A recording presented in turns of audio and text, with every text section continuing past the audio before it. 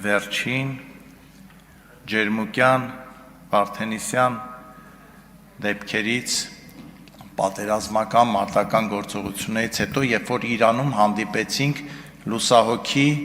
իրենց Աբդուլլահյանի հետ, արտգործնախարարի, նա մի այսպիսի նախադասություն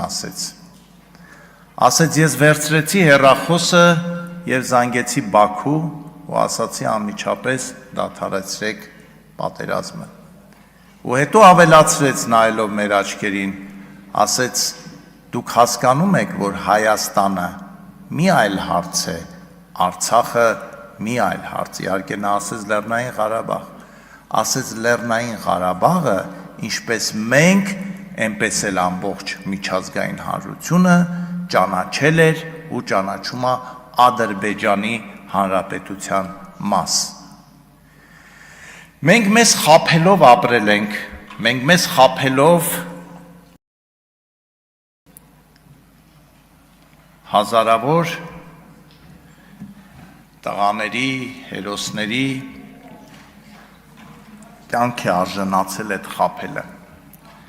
Ես ուզում եմ դուք այն որ ասում են Արցախը վերցրեցին և տվեցին,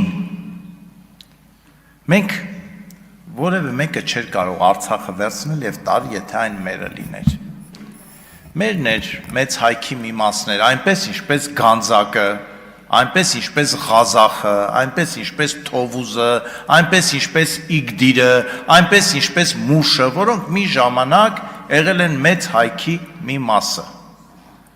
Բայց այդ մենք գիտենք ու մեզ է հետաքրքիր և որևէ մեկին, այդ թվում Ռուսաստանին, Իրանին, չգիտեմ Մադագասկարին, դա որևէ կերպ հետաքրքիր չի եղել։ Եվ այդ մասին շատ լավ իմացել է և Լևոն Տեր-Պետրոսյանը, և Ռոբերտ Քոչարյանը, և Սերժ Սարգսյանը, և Նիկոլ Փաշինյանը։ Իմացել են, բայց գիտեք ինչ, մի ծանր հիվանդություն ունի մեր այազգը։ Ասում է, բա ամոթ չի ճիշտ ասել, ամոթ չի գանք տուն և մեր սիրելի կնոջը երեխաներին ասել, երեխաներ, սիրելի կին, այն ավտոտնակը մերը չի, որովհետև ոչ փաստաթղթով է մերը, ոչ էլ մենք կարանք դա պահենք, բայց ամոթ է ասի։ Եվ ընկնում է, ինչպես ամեն մի հայ, այդպես էլ մեր ցանկացած ղեկավար։ Լևոն Տեր-Պետրոսյանը գիտեր, Արմեն Շեկոյանի ասած, բայց մեզ չէր ասում, նույնը բոլորը։ Մենք մի խնդիր ենք ունեցել, սիրելի հայրենակիցներ, 94 թվականի զինադադարից հետո, այնպես անել, որ արցախցիները մնան ու ապրեն, պահպանելով իրենց հայկական ինքնությունը։ Բայց հետո մենք սկսեցինք տարբեր պատճառներով տարբեր խաղեր խաղալ, համարեցինք, որ գիտեք, մի վտանգավոր արտահայտություններ կա, որ գցում են ժողովրդի մեջ ու գնում է այսպես չհասկանալով էլ ինչ ենք ասում։ Ասում է մեկը ասել է արյունով տրված հողը միայն այրամբ են տալիս։ Այսինքն, լավ, այս 3 միլիոն ժողովուրդը մի օր չասեց, այս ինչ եք ասում։ Այսինքն ոնց էլի, այսինքն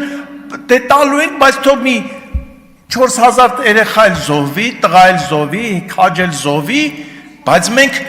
այդ կամքը չունենանք, որ ասենք սիրելի հայրենակիցներ 21 թվին շատ վատ էր, բայց 21 թվին այդ հարցը աշխարհը լուծեց։ Մենք թույլ գտնվեցինք, Ադրբեջանը ուժեղ գա, եկեք մտածենք այդ մասին, որ հետո այդ սխալները թույլ չտանք։ Ի վերջո հայ բոլշևիկները 21 թվականին, 1921 թվականին մտածում էին համաշխարհային հեղափոխության հաղթանակի մասին, իսկ ադրբեջանցի են ժամանակ թաթար բոլշևիկները մտածում էին Ադրբեջանի մասին, եկեք այս մասին մտածենք, որովհետև հիմա մենք նորից մտածում ենք, չգիտեմ, համաշխարհային այսինչի հաղթանակի մասին, մեր հարևանները մտածում են իրենց հաղթանակի մասին, եկեք այդ մասին էլ մտածենք, ու այս խոսակցությանը վերջ տանք, ես ինչը հանձնեց, այն ինչը չհանձնեց,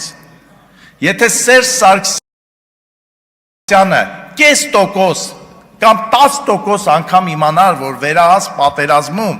մենք գոնե ինչ-որ մի հաջողություն ենք ունենալու, ինքը 18 թվականին չէր ճողոպրի իշխանությունից։ Ես ուզում եմ, որ հայ ժողովուրդը իմանա ու քաջ իմանա,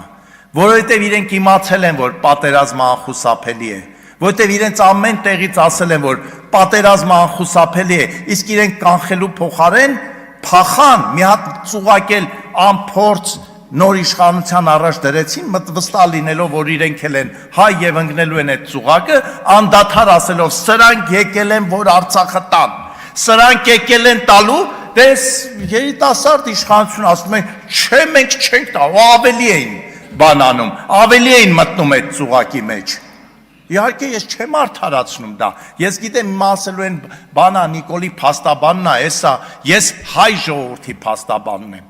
Ես եկել եմ այստեղ, որ մեկ անգամ էլ ժողովրդին ասեմ, ժողովուրդ, թույլ չտաք ձեզ խաբեն, թույլ չտաք, Արցախի հարցը որոշված ա եղել 1922 թվականին, հետո որոշված ա եղել 1991 թվականին, 1991 թվականի սեպտեմբերի 21-ին, երբ որ հռչակվեց Հայաստանի Հանրապետությունը, Հայաստանը ճանաչեց Արցախը Ադրբեջանի կազմում, ամբողջ բանակցային գործընթացը եղել է մի հարցի շուրջ, ոնց հանենք աշխարհին խաբենք, որի փր մենք բանակցում ենք Արցախի ինքնորոշման կարգավիճակի այս կամ այն աշճանի վրա, բայց